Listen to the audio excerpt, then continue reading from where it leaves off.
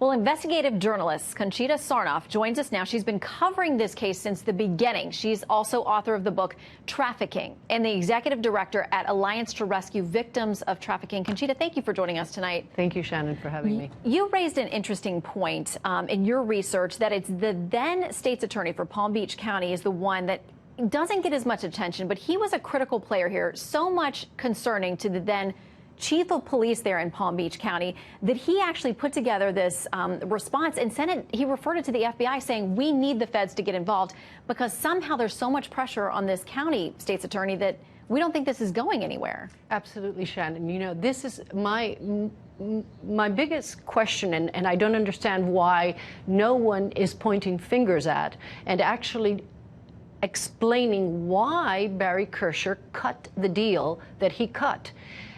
The onus fell on the state attorney's office. As you know, after the chief of police, Michael Ritter, whom I spoke to at length for many, many years since I started the investigation back in 2009, Ritter said to me many times, I did not accept Kersher's deal. He wanted to charge him with a misdemeanor, no jail time, no restitution, and no registration as a sex offender. Then he took the case. Ritter takes the case to the feds. The police chief.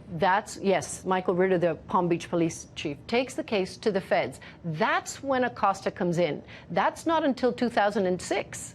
And so Acosta and his team, with Villafana and others, they start to investigate. That takes 2 years. There's a 53-page indictment against Epstein. But what happens? Well, we're getting close to the 2008 presidential campaign. Hillary Clinton is the Democratic shoo-in at the time. President Obama was still not at the forefront. And so I believe, given the information that I have and what I've read, that at the very top of the food chain, they did not want to make, as the Attorney General said to me when I interviewed him, Alberto Gonzalez, they did not want to make a political mess.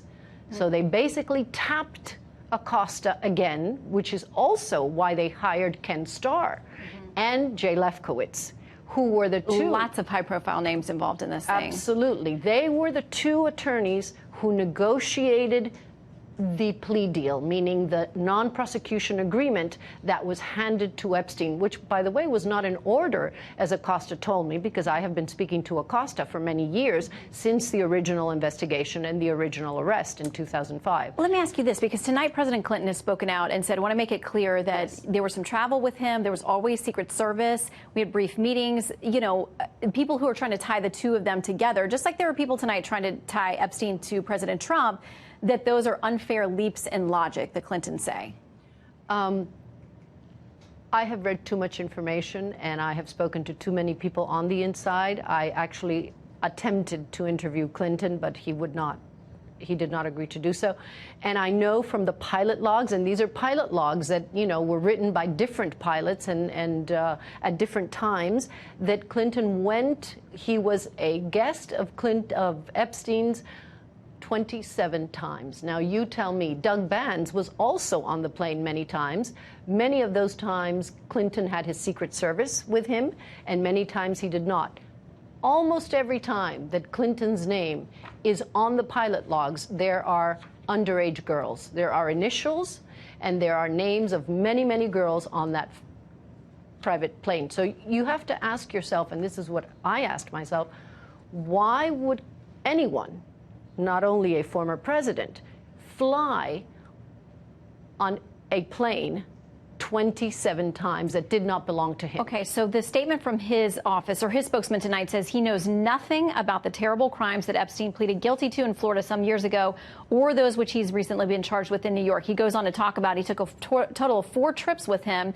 He had Secret Service, he had detail, he once had a meeting with him in his office, he had security and staff members with him, hasn't spoken to him in more than a decade. Are you saying the former president's not telling the truth? Yes, I am saying, sadly, that he is not telling the truth. First of all, Gerald Lefcourt, who was one of Epstein's attorneys back during the original arrest and the original investigation, wrote a letter, it has been made public. And in that letter, Gerald Lefcourt claims that Epstein was one of the original funders of Clinton Global Initiative. He gave Jeffrey Epstein gave President Clinton $4 million, according to a source who knows the story about that. Okay. Well, the former president tonight saying he knows nothing about the crimes. They traveled together briefly. I know you've been digging on this for 10 years, so we'll continue to try to put the pieces together. That's his statement tonight. Yes. Your book is fascinating, and people who want to know more about it can dig in. So, Conchita, thank you for coming in. Thank you very much for having me.